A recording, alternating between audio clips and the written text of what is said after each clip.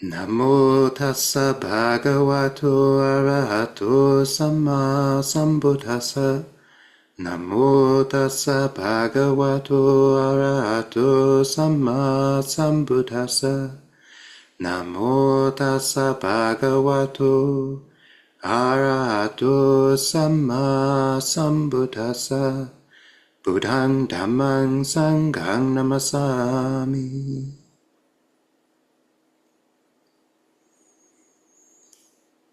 All right, everyone. So beginning our day-long retreat, and the theme of today is the 7 factors of enlightenment, what we call the satta, which is 7 bojjhanga. Bojjhanga is it's one of these funny things you do in the Pali language where you take two words and you smash them together, and the resulting soup barely looks like the original words. So we take the word Buddha, awakening, and we smash on anga, which means limb, and we get a contraction which means factor of awakening, or characteristic, limb of awakening. And this is, these 7 factors of enlightenment show up a lot in the Pali Canon. The Buddha gives them a fair bit of screen time. And yeah, he encourages us to bhavita bahulikata, to develop and make much of these. He says it over and over again. But he says that about a lot of things, doesn't he? There's the four noble truths and the eightfold path and the 5 aggregates and the 6 sense bases. And as we are looking at on the last Uposatha, there is the canonical renditions of the 4th Satipatthana, the 4th basis of mindfulness, are that we could really focus on any of these great sets of teachings and study them and learn them and use them as a basis for our mindfulness. Just watch how things occur during the day and are able to be understood or reasoned in accord with that set of principles, like the 5 aggregates or the 6 sense bases. And in that context, the 7 enlightenment factors are just one of those lists, yeah? If you like it, good, develop it and make much of it. But if you don't really get it, then just set it aside. But a closer study of the Pali Canon would probably lead you to realize that these 7 factors of enlightenment are a bit more important than just another list. And in fact, the way the Buddha speaks of them and the way he talks about them being conditioned, and the way he talks about enlightenment, Buddha being conditioned, awakening being conditioned, you realize that the 7 factors of enlightenment are what conditions enlightenment, and that enlightenment is produced from the 7 factors of enlightenment. So it's not merely just another list, but in a certain way, it is enlightenment. Yeah, the moments. The mind moments of awakening cannot occur without the 7 factors of enlightenment being brought to fulfillment. And so anything we do, whether it's studying the 4 noble truths or developing the jhanas or contemplating impermanence, suffering, and not self, any of those feeds into the development of the 7 factors of enlightenment. Any of those is part of this process of bringing these factors to fulfillment. So now I've talked for, 5 minutes, and I haven't even said what the factors are. But of course, I know you all know these 7 factors of enlightenment. You hear about them all the time. But let's just review. So these 7 factors of enlightenment are simply mindfulness, investigation of dhammas, investigation of states, in effort, joy, tranquility, concentration, and equanimity. And now I've brought up this little site here because this is This is a chant that we actually do, and it's called the Bojjhanga Parita, or the Seven Factors Protection Chant. I thought it'd be interesting to just look at this for a second to kind of contextualize what we'll be looking at today, what we'll be studying today. Because this is how these seven factors of enlightenment are talked about in this sutta. One of the few places where we actually recite the seven factors of enlightenment on a regular basis. It's considered to be a component of what we call Dhamma Osada. And Dhamma Osada is the principle of Dhamma medicine. And as I say this, it should be pretty clear where that connection is made. Yeah. So this is how the chant opens: is Bojjhango Sati Sankato Dhammananga. Now I won't go through the chant itself, but the translation is this: these seven factors of enlightenment are, namely, mindfulness, investigation of dhammas, effort, joy, tranquility, concentration, and equanimity. These seven, which are well taught by the all-seeing sage, if developed and frequently practiced, and that's the Bhavita Bahulikata, bring about the higher knowledges, nibbana and enlightenment. By the speaking of this truth, ever in safety may you be.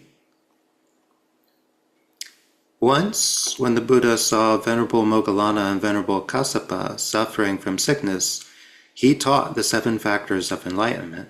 Then, having rejoiced at the discourse, immediately they were freed from the sickness. By the speaking of this truth, ever in safety may you be. Once, when the king of Dhamma himself was afflicted by sickness, Venerable Chunda, his attendant, was asked to recite the seven enlightenment factors. Then, having rejoiced, the Buddha arose from the diseased condition. By the speaking of this truth, ever in safety may you be. The sicknesses were got rid of by these three great sages, as the path destroys the defilements. One attains what can be attained according to the Dhamma. By the speaking of this truth, ever in safety may you be.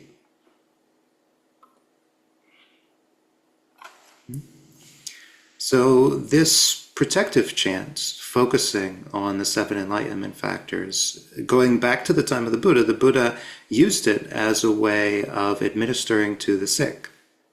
And I think that's very curious. This is everybody loves a good, rousing Dhamma talk, yeah?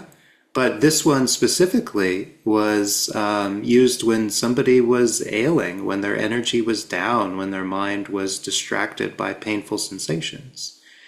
And I think this is worth considering. And it highlights why the seven factors are so important, I think, because when we consider it, we're essentially running on two tracks as Dhamma practitioners. And one track is the track of birth, aging, sickness, and death. Namely, our lives, everything that happens in our lives, all of this around us, yeah? And the medicine bottles and the toilets and the meals that we have to eat and everything.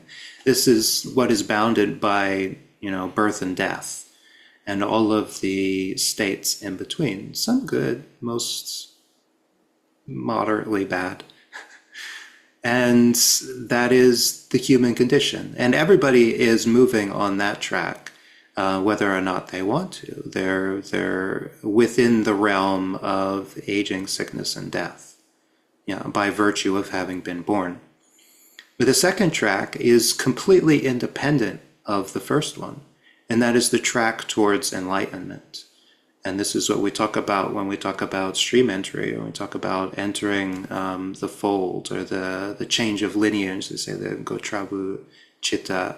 All of these words we use for this one particular moment of the mind when, our defilements are let go of.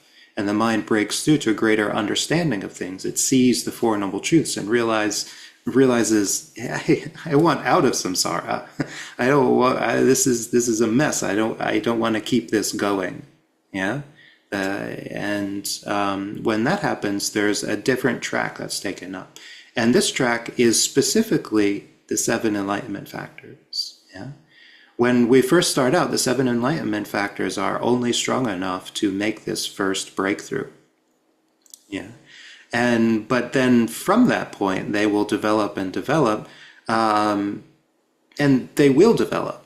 Even if we're super lazy, even if we really aren't strong in the idea of practice, even if we don't like the idea of practice, like, well, everybody's saying, oh, this is my path, oh, this is my practice, bah. We'll get there eventually, don't worry about it. Even if that is our mind state, still having entered this track, we will develop these factors of enlightenment just by virtue of not developing new defilements. The old ones will eventually waste away and die, and we will be left with the seven factors of enlightenment. And at that point, full enlightenment is within reach. Yeah, it's just a matter of timing and a particular direction of the mind, as it is in a number of stories in the Pali Canon and in later traditions. Sometimes somebody has fulfilled the seven factors of enlightenment. They've been practicing, they've been studying, they've been really developing them, but they still haven't broken through, and they're just wondering, like, when's it going to happen? And then one night they're walking along and they catch a glimpse of the full moon in a puddle of water, or they're in their cabin and a wind comes in through the window and blows out a candle, and then suddenly they're like, everything's impermanent. Oh, everything is not self. Oh, and poof. And for thousands of years now, people have tried to recreate these experiences by blowing out candles and looking in puddles of water and, spinning around 3 times until they're dizzy, and then laying down like Ananda did and trying to get it, this enlightenment experience. But it's out of our hands. All we can do is develop these 7 factors of enlightenment. But looking at this, joy is one of the factors, but this is a joy in and of itself, that for most people there is nothing but the track of birth, aging, sickness, and death. This is just the cycles of samsara, and they go, and their main goal is to not experience much suffering. But for the Dhamma practitioner, whenever they recollect the possibility of enlightenment, whenever they recollect specifically these factors of enlightenment which lead in that direction, it is possible to kind of pull ourselves out of that first way of being. It gives us a bit of relief from this, from samsara. And this is something which is available to us at all times. We can focus very specifically on the enlightenment factors, or we can focus on them just when we need that relief. But either way, still they are there. And they are there as an option that we can turn to and say, oh yeah, no matter how bleak things get, no matter how many painful sensations we might be experiencing, no matter how many annoying people we might find ourselves surrounded by, we can turn to the enlightenment factors and be like, oh yeah, there is this escape from birth, aging, and death. There is this freedom from samsara. And this is what we're looking at today. And if nothing else, this is an opportunity just to kind of point your mind at them, and maybe it will give you a bit of relief. Or you could use it as that parita is used, in such a way that you think of somebody in your life who is afflicted, and you chant or recollect these enlightenment factors with them in mind. And again, we don't tend to do things for a result in the practice. We kind of realize there's a lot of factors out of our control. But one factor that is in our control is metta. This is kind thoughts, well-wishing for other beings. And if you're suffering, sometimes that is a sort of medicine, to know that somebody actually cares about your suffering. And so while you might not be able to miraculously, as in the parita, extract others from their sickness, get them to jump up on their feet and say, this is wonderful, I'm cured. You might be able to, through considering these enlightenment factors and bringing to mind somebody else's suffering. You might be able to recollect for yourself and even to inspire another to recollect that our suffering is not our whole world, yeah? That there is an escape, that there is something else that we can develop in. And having developed in, experience all of these 7 great states. Yeah.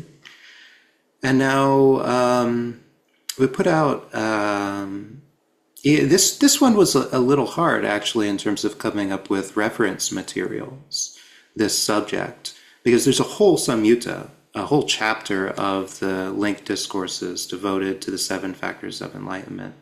And they kind of follow a theme, yeah? But I thought we can look at them nonetheless, and today maybe contemplating them, looking for them, considering them, and what each of them are like. Because I'd like to put out the notion that while we see these 7 things in our practice all of the time in a variety of contexts, that in the context of the 7 enlightenment factors, they are a little unique. Yeah, like mindfulness. Yeah, mindfulness is the first factor of enlightenment, and there's this notion, this theme that I hear over and over in a variety of contexts, where even teachers, a fair bit of respect for, will say, just be mindful. Yeah, somebody will come to them and she's like, I'm wondering about the difference between the 3rd and the 4th jhana, and I'm wondering about these particular mind states, and what is this particular cetasika that they're talking about in the Abhidhamma, and their teacher will say, just be mindful. Just be mindful, that's enough. And mindfulness is great, right? But in the context of the 7 enlightenment factors, the Buddha never says mindfulness is enough. He does say one thing, when developed and made much of, will lead to enlightenment, and that one thing is mindfulness. It's also the contemplation of the skeleton. It's also the focusing on impermanence. There are plenty of one things, but mindfulness is one of those one things that have developed and made much of. But in terms of the 7 factors of enlightenment, hopefully our mindfulness develops into something.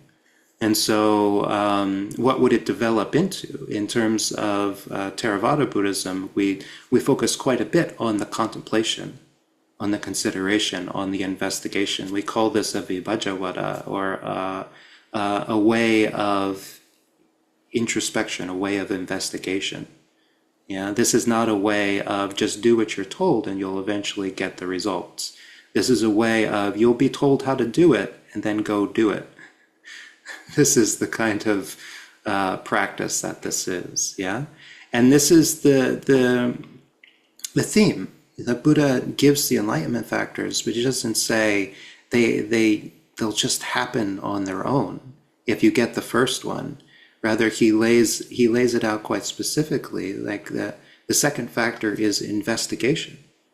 And so when our mindfulness leads to investigation, it can lead to the next factor, and to the next factor, and the next factor. And so we should consider what causes our mindfulness to lead to investigation, what causes our investigation to lead to energy and such. And this is the way that the Buddha speaks of the enlightenment factors. So that's one context where the Buddha shows this whole process coming about occurs in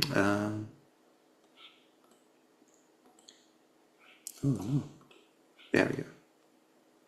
Occurs in a sutta like this is the Samyutta Nikaya 46. So that is the Bojjhanga Samyutta, the whole chapter based on the enlightenment factors. And this is number 38.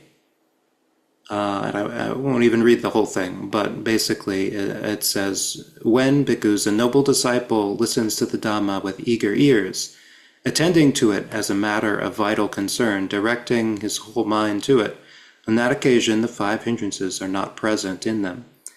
On that occasion, the seven factors of enlightenment go to fulfillment by development. The Buddha says, what are the five hindrances? And then he says, what are the seven factors? And then he reiterates the cause for mindfulness being when one listens to the Dhamma with eager ears, attending to it as a matter of vital concern, directing their whole mind to it. And this is one instance where we see the Buddha is not saying simply be mindful. It's not saying simply focus on the tip of your nose where the breath comes in and out and nothing else.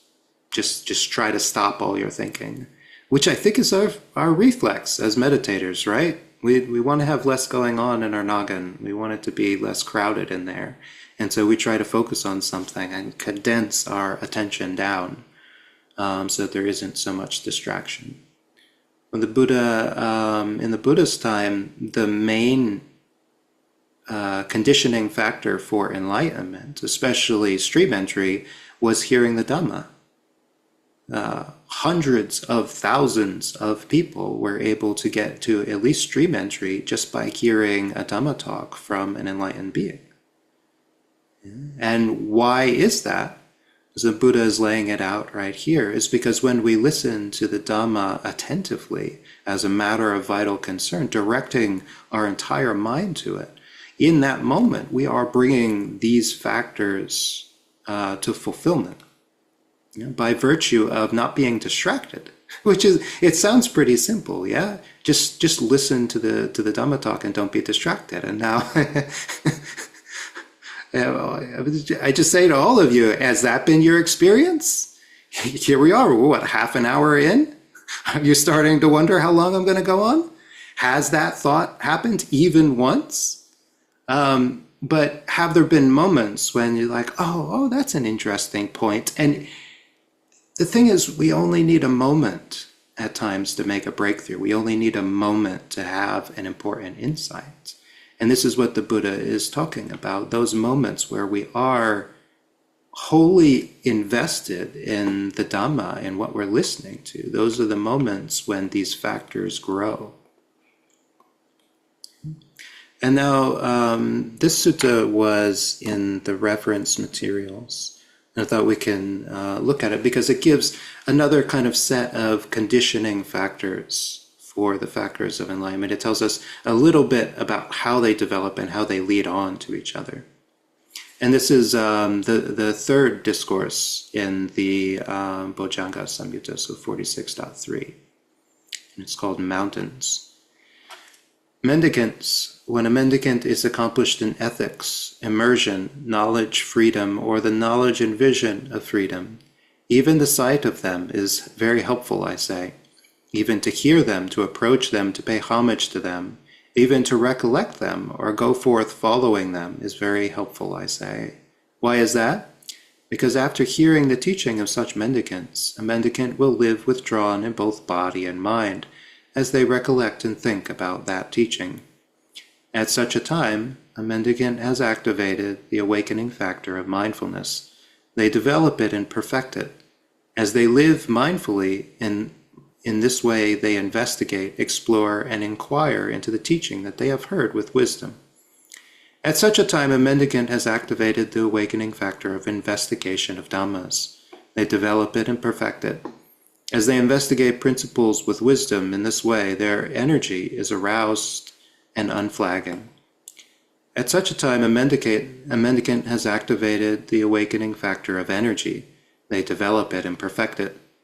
When they're energetic, rapture, not of the body, arises. At such a time, a mendicant has activated the awakening factor of rapture. They develop it and perfect it. When the mind is full of rapture, the body and mind become tranquil. At such a time, a mendicant has activated the awakening factor of tranquility. They develop it and perfect it. When the body is tranquil and one feels bliss, the mind becomes immersed in samadhi. At such a time, a mendicant has activated the awakening factor of samadhi. They develop it and perfect it. They closely watch over the mind immersed in samadhi. At such a time, a mendicant has activated the awakening factor of equanimity. They develop it and perfect it. When the seven factors of awakening are developed and cultivated in this way, they can expect 7 fruits and benefits. What 7? They attain enlightenment early on in this life. If not, they attain enlightenment at the time of death. If not, with the cutting of the 5 lower fetters, they're extinguished. They attain enlightenment between one life and the next. If not, with the ending of the 5 lower fetters, they attain enlightenment upon the next rebirth. If not, with the ending of the 5 lower fetters, they're extinguished. They attain enlightenment without extra effort. If not, with the ending of the 5 lower fetters, they attain enlightenment with some extra effort in their next life. If not, with the ending of the 5 lower fetters, they head upstream, going to the Akanita realm, the heavenly realm. When the 7 awakening factors are developed and cultivated in this way, these are the 7 fruits and benefits they can expect. So the Buddha is saying there in that last paragraph that when one develops the factors of enlightenment, they can expect to make some sort of breakthrough in their life. But if they don't make a breakthrough in their life, they might make a breakthrough at the time of their death. And if they don't make it at the time of the death, then maybe in the transition, there will be a breakthrough. And what the Buddha is talking about specifically there in that last bit is non-returners. And this is for a particular reason. As we pointed out on the Uposatha, the 4th Satipatthana in its purest form talks about the 5 hindrances and the 7 factors of enlightenment. And the Buddha says that when one diligently practices and develops the 4 Satipatthana, one of 2 things can be expected: non-returning or full enlightenment. And now many of us will be like, well, I've been trying for a lot more than 7 days, like you said, and I still don't think I have either of those. But this is the thing, the Buddha said, when it's done right, when it is done with our whole mind. And I ask you, have you attended to these 7 factors of enlightenment, directing your whole mind to them as a matter of vital concern for 7 days and 7 nights? No, none of us have. Who does that? Nobody does that. And we're not in such a rush either. Our lives are not so miserable. There isn't a poisonous snake sitting under every rock that we might, sit down on in the desert that we live in, that we just think about how close we are to death, and we don't devote our whole minds to enlightenment. We practice on the weekends, one Sunday a month. We come for the Wednesdays. Isn't that enough?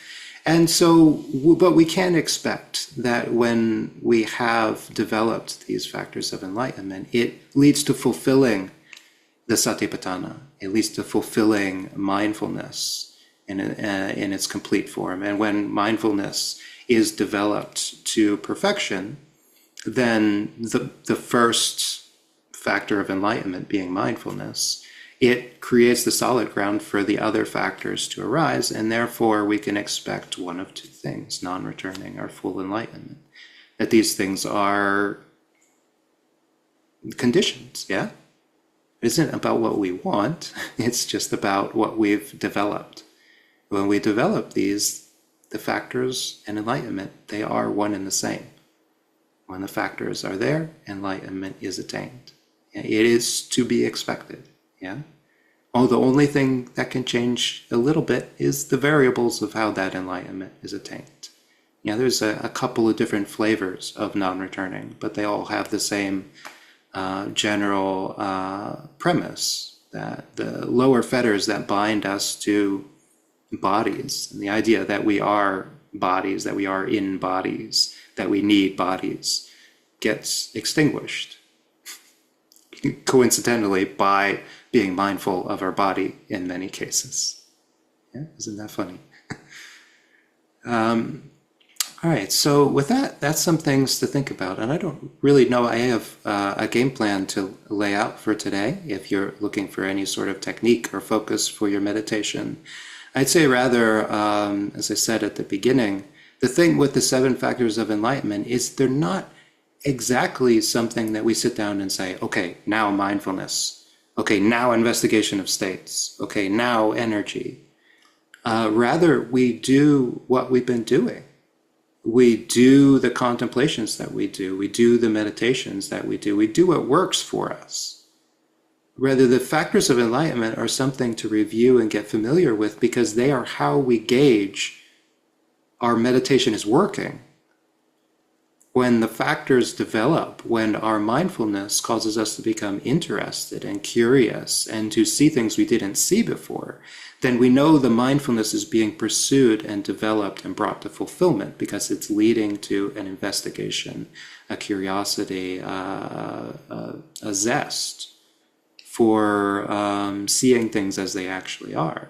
And when that zest actually does uplift the mind and focus the mind, and when it allows us to let go of our distractions willingly, not through like twisting our arm and saying, okay, I really got to stop thinking about that, but to be like, I don't need to think about that. This is very interesting. Well, when we experience energy, then we know that our investigation is being brought to fulfillment. It's working. Yeah, keep going with it. And as you say, when developing samadhi, many people, they experience some bit of piti or rapture, and they immediately say, I'm there. This is what it was all for. This is wonderful. And as they're celebrating, their 7 factors of enlightenment are just dissipating very quickly because they've lost their focus. Yeah. The way to keep the factors developing, the way to keep the rapture, the joy, the enthusiasm going strong is to keep doing what we were doing that brought that about.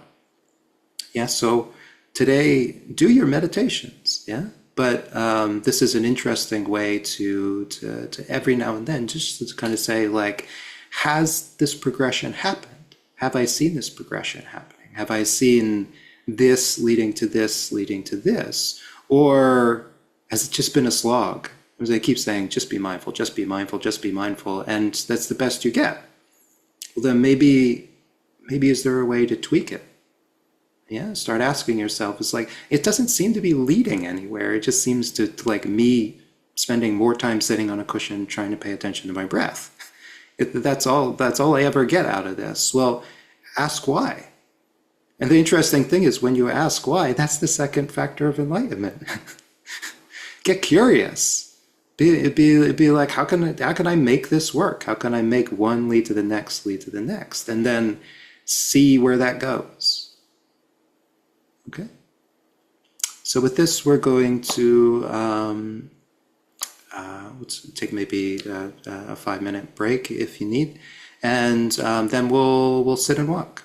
So we usually do it on the half hours, but people have various things that come up. So, but if you are trying to keep to a meditation schedule, we'll sit from now until 12 Eastern. And so sitting, walking, whatever suits what you need at the half hour. And yeah. I guess that's it.